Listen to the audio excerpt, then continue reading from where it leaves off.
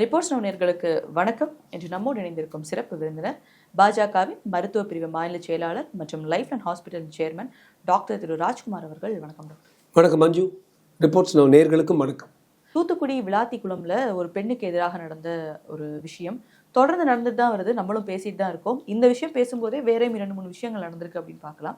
முக்கியமாக இந்த விஷயத்துல பிரிலிமினரி ரிப்போர்ட் வந்தாலும் அந்த பெண்ணுக்கு எந்தெந்த இடத்துல அடிபட்டிருக்கு, என்ன மாதிரி அந்த கொலை நடந்தது அப்படின்னாலும் செக்ஷுவலி அவங்க ஹராஸ் பண்ணப்பட்டிருக்காங்களா, அங்கே வன்கொடுமை நடந்திருக்கா அப்படின்றதுல ஒரு கொஸ்டின் மார்க்காகவே இருக்கு. இன்னும் 2 நாட்கள் ஆகுது, இன்னுமே அந்த ரிப்போர்ட் வெளிவரல.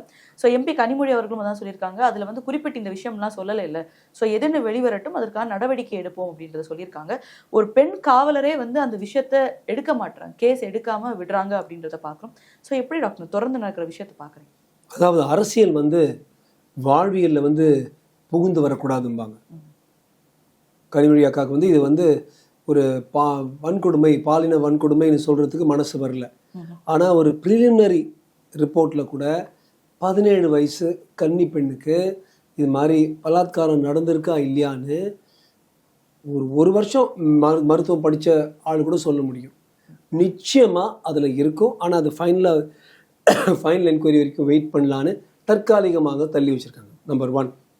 நம்பர் 2, இந்த கிளாவிக்கல் போன்லாம் உடஞ்சிருக்கு, நிறைய ஸ்க்ராச்சஸ் இருக்குது, பலரால் செய்யப்பட்ட விஷயமாக இருக்கலாம்னு சொல்லியிருக்காங்க. ஸோ பலர் ஒரு பெண்ணை தாக்குறதுக்கு எதுக்காக? இதுனா ஒரு அரசியல் போராட்டமா, நிலம் போராட்டமா, கொள்கை போராட்டமா? ஒரே ஒரு விஷயத்துக்கு தான் பண்ணுவாங்க.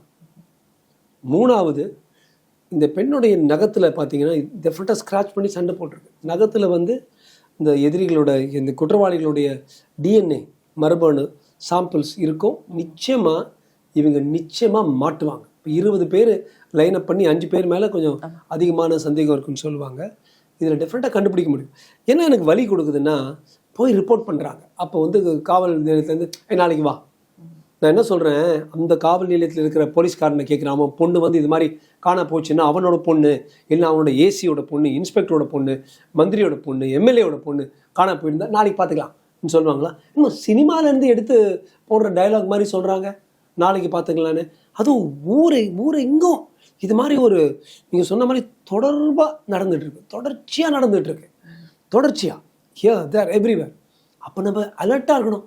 ஏனென்றால் அந்த பொண்ணை தூக்குறாங்க, அங்கேருந்து எங்கேயோ எடுத்துகிட்டு போகிறாங்க, அங்கே அடிக்கிறாங்க, பலாத்காரம் பண்ணுறாங்க. இதெல்லாம் கொஞ்சம் டைம் ஆகும். 2 நிமிஷத்துக்குள்ள நடக்கிற விஷயங்கள் இல்லை. எவ்வளவு சீக்கிரமாக நம்ம ஆக்ஷன் எடுத்தாலும் அது கொஞ்சம் அந்த பலாத்காரத்தை தடுக்க முடியும், அல்லது கொலையை தடுக்க முடியும் நினைக்க வேண்டிய போலீஸ்காரங்களே அப்புறம் வா சொன்னா என்ன? முதல்ல ஒரு ஸ்டேஷன் போகும்போது எங்களுடைய இதில் வராது அப்படின்ட்டு விளாத்திக்குளம்ல அனுப்பிச்சு வைக்கிறாங்க. அங்கே இருக்கிறதே பெண் காவல்துறை தான், காவலர் அவங்களே. All women police station, AWPS. இது மாதிரி ஒரு பெண் காவல்துறை, பெண் காவல் நிலையம் அமைக்கப்பட்டதே பெண்களுக்கு எதிர்க்க நடக்கிற குற்றங்களை கண்டிக்கிறதுக்காக தான். அவங்களே இப்படி பண்ணது. இந்த லா அண்ட் ஆர்டர், சட்டம் சீரொழுங்கு ரொம்ப மோசமாக இருக்குது. அதாவது நான் திருப்பி அதான் சொல்கிறேன். நீங்கள் அவங்கள வச்சு யார் போடுறீங்க? எவனோ ஒருத்தன் இதில் ஃபேஸ்புக்கில் போட்டான், முகநூலில் மந்திரி எதிர்த்து, அவனை போடு. எவனோ ஒருத்தன் இன்ஸ்டாகிராமில் போட்டான் முதலமைச்சர், அவனை போடு. இதுக்கே நீங்கள் காவல்துறையை பயன்படுத்திட்டு இருந்தீங்கன்னா எங்கிருந்து பண்ணுவீங்க? அதே போல் நீங்கள் எடுத்தீங்கன்னா இவங்க ஒரு அமைச்சர் இடத்துல போனால் வழியெல்லாம் போலீஸ்காரங்க. இந்த போலீஸ்காரங்க இங்கே நின்றுருந்தா அங்கே 12ஆம் கிளாஸ் தேர்வை எழுதிட்டு தனியாக திருப்பி வர்ற குழந்தைய யார் பாதுகாக்கிறது? ஒவ்வொரு போலீஸ்காரன் அந்த விநியோகிதம்னு இருக்குது, யூனிஃபார்ம் சர்வீஸ் டிப்ளாய்மெண்ட். விநியோகிதம் எங்கே சட்டம் ஒழுங்கு பிரச்சனையோ அங்கே போடணும். என் கார் போகுது, முன்னால் 5 காரு, பின்னால் 5 காரு, 50 போலீஸ்காரனா 50 வீடுகளில் இருக்கிற பாதுகாப்பை நம்ம எடுத்துடுறோம். So very very important point. Police பர்சனலுடைய டிஸ்ட்ரிபியூஷன் ஈஸியாக இந்த காலத்தில் ஆர்டிஃபிஷியல் இன்டெலிஜென்ஸ் இருக்குது, நேர்களுக்கு தெரியும். 2 வாட்டி தட்டி எங்கே ஜாஸ்தி பெண்கள், இப்போ மானாமதுரை, சிவகங்கை, இந்த கோவைக்கு சுற்றி இருக்கிற இடம், இது மாதிரி இடங்களில் நிறைய ரிப்போர்ட் ஆகுதுன்னா அந்த இடத்துல இன்னும் ஒரு 4-5 பெண் போலீஸ் அங்கே போட்டால் எவ்வளோ நல்லாயிருக்கும். ஆனால் இந்த ஆட்சியில் 21லேருந்து 26 வரைக்கும் பெண் போலீஸ் மேலேயே கையை போடுறாங்களே. இந்த டிசம்பர் 31, 2022 பெண் போலீஸே புகார் கொடுக்குது. 2 திமுக ஆட்கள் என் மேலே கையை போடுறாங்க. நான் அரசியல் பேசலை, ஆனால் இந்த திமுக ஆட்சியில் மட்டும் கொஞ்சம் இந்த சட்டம் சீரொழுங்கு அவ்வளோ ஃபோக்கஸ் பண்ண மாட்டாங்க. அதுக்கு பதிலாக நம்ம புது கட்டிடங்கள் கட்டலாம், புது அப்பார்ட்மெண்ட்ஸ் கட்டலாம், இது மாதிரி இருப்பாங்க. தவிர வள்ளுவர் கோட்டம் பக்கத்தில் ஒன்று பெருசாக பண்ணலாம். அந்த டெவலப்மெண்ட் அதில் இருக்கும் தவிர லா அண்ட் ஆர்டர் எப்பவுமே கொஞ்சம் கம்மியாக இருக்கும். அது நம்ம கண் கூட பார்த்துட்டு இருக்கோம். முக்கியமா இன்னொரு விஷயம், கனிமொழி அவர்கள் அவங்களுடைய எம்பி அவங்க போறாங்க, அவங்க உள்ள வரக்கூடாது, 2 நாள் எங்க போனீங்க இன்னைக்கு வரீங்க அப்படின்ட்டு அவங்களுக்கு எதிராக ஒரு மக்களுடைய அந்த இதை பார்க்க முடியும். ஏன்னா அவங்க ஒரு வல்னரபிள் சுச்சுவேஷன்ல இருக்கும்போது யாராச்சும் வரும்போது வந்துட்டாங்க பார்த்துட்டாங்கன்ற ஒரு இதுல இருப்பாங்க. ஆனா அங்கேயும் அந்த மக்கள் வந்து அகெயின்ஸ்ட் பண்ணி போராட்டம் பண்றதை பார்க்கணும். நிச்சயமா இது வந்து மக்கள் மத்தியில அந்த சகிப்புத்தன்மை இப்போ கொஞ்சம் ரொம்ப தேய்ந்து போய்விட்டது. அதாவது எஸ்பெஷலி இந்த கிரைம் அகேன்ஸ்ட் விமனுங்கிறது இருக்கவே கூடாது. நான் என்ன சொல்றேன், எனக்குப்பா நீ வள்ளுவர் கோட்டம் கட்டாத, பெரிய பெரிய கட்டணம் கட்டாத, பாலம் அமைக்கிறதெல்லாம் முக்கியம். எங்கள் பெண்களுக்கு பாதுகாப்பு கொடு, எங்கள் வீட்டு பெண்களுக்கு, எங்கள் வீட்டு பேத்திகளுக்கு, ஒவ்வொரு வீட்டில் இருக்கிற பெண்களுக்கு பேத்திகளுக்கு முதல் பாதுகாப்பு. Law and order first. அவங்களுக்கு ரைட் டு லைஃப். நீங்கள் கான்ஸ்டியூஷன் படிச்சிங்கன்னா கூட அவங்க வாழணுமே, அப்படின்னு தானே அவங்க போய் வள்ளுவர் கூடத்துக்கு போவாங்க, இல்லை கோட்டூர்புரத்து பெரிய லைப்ரரிக்கு நூலகத்துக்கு போவாங்க. வாழணும். ரைட் டு லைஃப்ங்கிறது முதல்.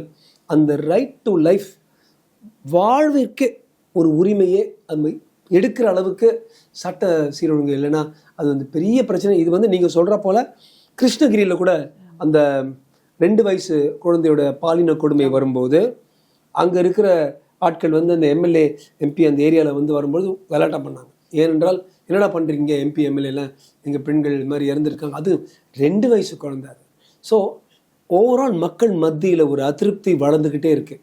அதோடைய ஒரு எதிரொலி தான் இது மாதிரி ஒரு மற்றபடி ஒரு நல்ல ஒரு ஃபோக்கஸ்டாக இருக்கிற ஒரு எம்பி ஆகிய ஒரு கனிமொழி கூட அங்கே போகும்பொழுது எல்லாரும் கும்பலாக அது மாதிரி கத்துனது மக்கள் மத்தியில் போதண்டா, நீங்கள் கொடுத்த எலும்பு துண்டு கறி துண்டு போட்டுட்டு அப்புறம் 5 வருஷம் நீங்கள் வந்து ஆளுவீங்க, இது மாதிரிலாம் சட்ட சீரொழுங்கு நடக்கும், அதை தாண்டி நாங்கள் வருவோம் என்று மக்கள் சொல்கிறாங்க. இப்போ நாங்கள் கூட நிறைய இப்போ பாஜகவில் இருந்தோம், அதிமுகவில் இருந்தோம், அமமுகவில் நாங்களும் போய் சொல்லும் பொழுது உங்களுக்கு காசு கொடுப்பாங்க, ஏன்னா 1000 கொடுப்பாங்க, 2000 கொடுப்பாங்க, 5000 கொடுப்பாங்க, வாங்கிக்கிங்க, உங்கள் காசு தான். அதுக்கு மேலே கொடுக்குறாங்களா அதையும் வாங்கிக்கிங்க. ஒரு தட்டு கொண்டு வந்து கற்பூரம் ஏற்றி கையில் அடித்து இங்கே தான் போடணும்னு சொல்லுவாங்க, அதையும் பண்ணிவிடுங்க. ஒவ்வொரு நாளும் 5 வருஷமாக உங்ககிட்ட பொய் சொல்லிட்டு இருக்கிற ஆட்கள், கற்பூரமும் தட்டும் சாமியும் நம்பகத்தன்மையே இல்லாத விஷயம்னு சொல்கிற ஆட்கள், அவங்கக்கிட்ட நீங்கள் கையை தட்டிட்டு அது மேலே தயவு செய்து சரியான வேட்பாளருக்கு நீங்கள் ஓட்டு போடுங்கிறது தான் நாங்கள் எல்லாருமே ஊராக போய் எல்லாரும் சொல்கிறது. இன்னும் ஒரு விஷயம், இந்த விஷயம் நடக்கும்போது சென்னை செங்கல்பட்டுல பார்த்தோம், ஒரு பையன் தன்னோட 2 தங்கச்சியை வந்து பைக்ல கூட்டிட்டு போறான்றதை பாக்குறோம். அப்ப வந்து அவங்க கிட்ட சண்டை போடுறாங்க. சண்டை போட்டு அதுல 14 வயது சிறுமி வந்து பாலியல் வன்கொடுமைக்கு உள்ளாக்கப்படுறாங்க. அதுல அந்த விஷயம் பண்ணவன் பேர் பார்க்கும்போது காக்கா பாலாஜின்னு சொல்லி, அவனுக்கு ஆல்ரெடி அவன் மேல நிறைய கேஸ் இருக்கு. அன்னைக்கு தான் அவனும் கூட அந்த குணான்ற ஒரு 2 பேருமே வந்து கேஸ்ல இருந்து வெளில வந்து தண்ணி அடிச்சுட்டு இந்த மாதிரி விஷயத்த பண்ணியிருக்காங்க. ஸோ ஆல்ரெடி கேஸ் பயங்கர ஒரு பெரிய கேஸ் ஹிஸ்டரி இருக்கு 2 பேருக்குமே. ஸோ இவங்க வெளியில ஒவ்வொரு தடவை விட்டு இருக்கும்போது திரும்ப இந்த மாதிரியான விஷயங்கள் அசால்ட்டா அவங்க பண்ணிட்டு இருக்காங்க இல்லையா? ஸோ ஜெயிலுக்கு போறது ஒரு பெரிய விஷயமாவோ, நான் நாளைக்கு வெயில்ல வந்துடுவேன்ற ஒரு தைரியம் இருக்குது. கரெக்ட். அதாவது அவங்களுக்கு பழகி போயிடுச்சு. இதுக்காக தான் சிஸ்டர் இந்த பாரதிய நியாய சம்ஹிதான்னு இருக்கு. அதாவது ஐபிசி வந்து ரிவைஸ்ட். எல்லாரும் சொன்னாங்க சும்மா பேர் மட்டும் மாற்றினாங்கடா அதே போட்டாங்க. இல்லை, பெண்களுக்கும் பாலியல் வன்கொடுமைக்கும் சில மாற்றங்கள் அதில் கொண்டு வந்திருக்காங்க. அந்த பார்த்தீங்கன்னா செக்ஷன் 71 இருக்கு. இந்த 71ங்கிறது இந்த பையன் பேர் காக்கா பாலாஜி ரிப்பீட் அஃபெண்டர்ஸ். அதாவது ஆல்ரெடி பாலியல் வன்கொடுமைக்கோ பெண்ணியத்துக்கு எதிராக செய்த ஒரு விஷயத்துக்கோ அவன் உள்ளே போயிருக்கான், வெளியில் வந்துட்டு அப்புறம் மறுபடியும் அப்படி பண்ணுறான் என்றால் திருப்பியும் ஒரு பாலியல் வன்கொடுமை பண்ணால் அவனுக்கு வந்து மரண தண்டனை கொடுக்க முடியும்னு செக்ஷன் 71 பாரதிய நியாய சம்ஹிதால தெளிவாக இருக்குது. தேர்ஃபோர் என்னுடைய பெரிய ஒரு கோரிக்கை, பிரார்த்தனை எல்லா நீதிபதிகளுக்கும், ஏன்னா பல நீதிபதிகள் இதெல்லாம் பார்க்குறாங்க. நிச்சயமாக நான் சொல்லுவேன், எங்கெங்கெல்லாம் பாலியல் வன்கொடுமைக்கு பாரதிய நியாய சம்ஹிதா நான் 3 உதாரணம் கொடுக்குறேன் அஞ்சு. 1 இப்போ நீங்கள் சொன்னீங்க பார்த்தீங்களா, ரிப்பீட் அஃபெண்டர் காக்கா பாலாஜி, செங்கல்பட்டு பாலியல் வன்கொடுமை, அந்த டிஸ்ட்ரிக்ட் ஜட்ஜி அவனுக்கு டிஸ்ட்ரிக்ட் மேஜிஸ்ட்ரேட்டு டெஃபினட்டாக இந்த ரிப்பீட் அஃபெண்டராக இருக்கிறதுக்காக மரண தண்டனை கொடுக்கணும். 2வது, கிருஷ்ணகிரியில் பெரிய நாயக்கன் என்ற திமுக இளைஞர் அணி மாவட்ட செயலாளர் 2 வயசு குழந்தைய பாலியல் வன்கொடுமை பற்றி கழுத்து நெரிச்சு கொண்டான் பார்த்தீங்கன்னா, கட்டாயமா அவனுக்கு அந்த பெரிய நாயகன் குறுகிய வாழ்க்கையை பண்ணிட்டு அவனுக்கு மரண தண்டனை கொடுக்கணும். அது பேர் அது செக்ஷன் 65. அதாவது ரேப் இன் எனிபடி லெஸ் தென் 12 இயர்ஸ், இது 2-year-old சைல்டு. மூணாவது வாங்க தூத்துக்குடி இந்த விளாத்திக்குளம்ல அவர் குளத்தூர் எவன் படம் ரேப் காசிங் டெத், அது ஐ திங்க் கம்ஸ் செக்ஷன் 70. இந்த மூணுலையும் ஆர் 69 or 70 எல்லாம் இந்த 65 to 71 வரும். Rape causing death or vegetative ஸ்டேட்னு இருக்கு, அல்லது gang rape causing death less than, அது வந்து லெஸ் தென் 18. இந்த பொண்ணுக்கு 17 வயசு, பாவம் அந்த 12 வயசு தேர்வு எழுதின பிள்ளைக்கு.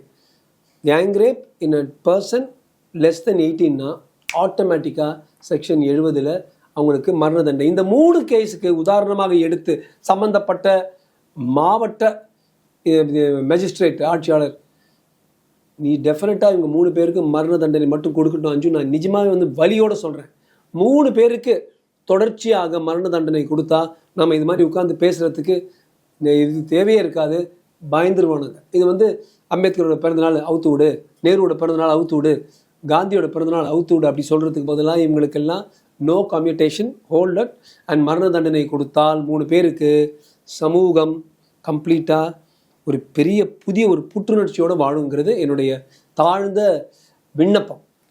இன்னொரு பக்கம் பார்த்தோம் அப்படின்னா தொடர்ந்து வந்து இந்த லாக்அப் மரணம் அப்படின்றது எடுத்துட்டு போறாங்க, குறிப்பிட்ட சமுதாயத்தை சார்ந்தவர்கள் அப்படின்றதுனால நடக்குது, இல்லைன்னா யாரும் கேட்கறதுக்கு இல்லை அப்படின்றதுனால நடக்குது. தொடர்ந்து நம்ம கடைசியா பார்த்த ஒரு பெரிய விஷயம் தான் அஜித் அவருடைய மரணம். இப்ப திரும்ப அதே சரௌண்டிங்ல பாக்குறோம், மானாமதுரையில வந்து ஒரு மரணம் அப்படின்றது. ஆகாஷ் அப்படின்ற பையன், அவங்க என்ன சொல்றாங்க அப்படின்னா, நாங்க பிற்படுத்தப்பட்ட சமூகத்தை சார்ந்ததுனால தான் இந்த மாதிரி பண்ணியிருக்காங்க.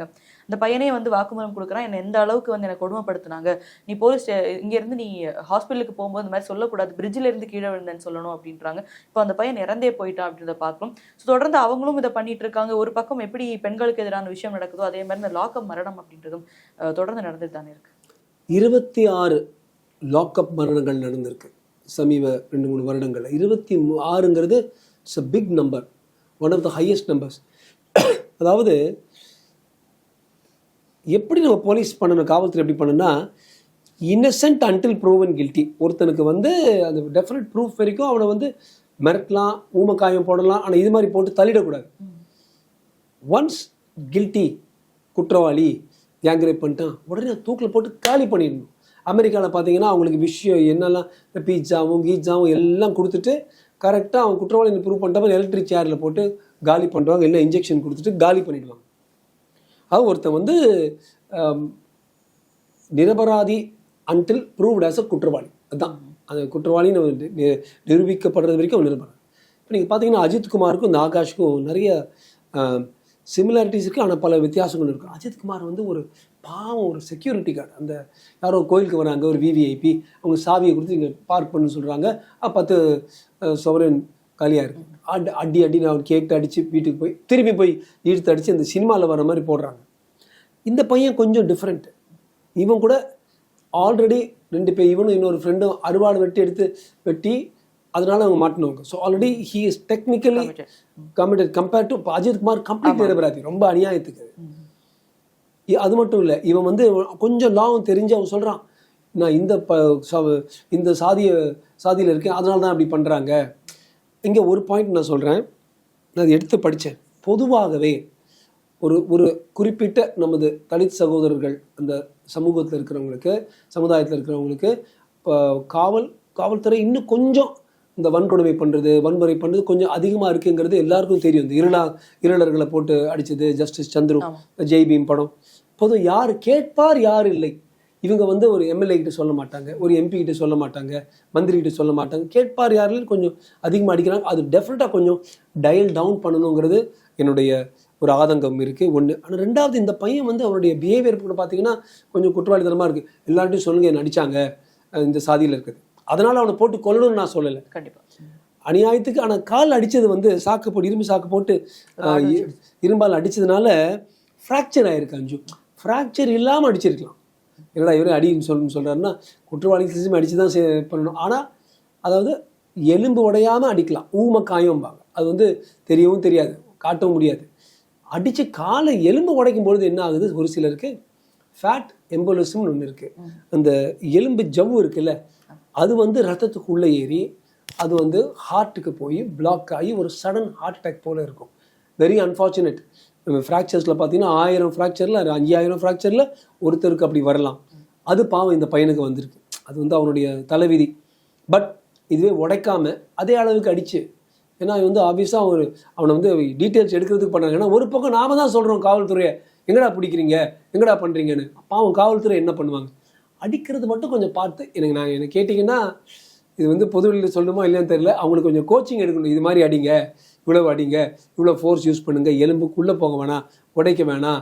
அது மாதிரி எந்த வித ஒரு எலும்பு உடையாமல் மண்டையிலாம் அந்த ப்ளீடிங் உள்ளே இல்லாமல் அந்த இருளர்களுக்கு பண்ணாங்க பாருங்கள், ஒரு இருள பையனுக்கு அது மாதிரிலாம் இல்லாமல் அவங்க ஊமக்காயம் அடித்து அப்புறம் இந்த பையனை வந்து குற்றவாளின்னு சொல்லியிருந்தால் கூட வெட்டுறதுக்கு அவனுக்கு 10 வருஷத்துக்கு அனுப்பியிருக்கலாம். ஆனால் அடித்து உடைச்சு அப்புறம் வந்து நீ வந்து பிரிட்ஜில் இருந்து விழுந்துட்டேன் சொல்கிறது எல்லாமே பொய் சொல்லி அதை மறைக்கிறதுக்கு இன்னொரு பொய் சொல்லி எல்லாமே ரொம்ப கொஞ்சம் அசிங்கமாக இருக்குது. இதே ஒரு சின்ன விஷயம் நான் இன்னொன்று சொல்லிடுறேன்.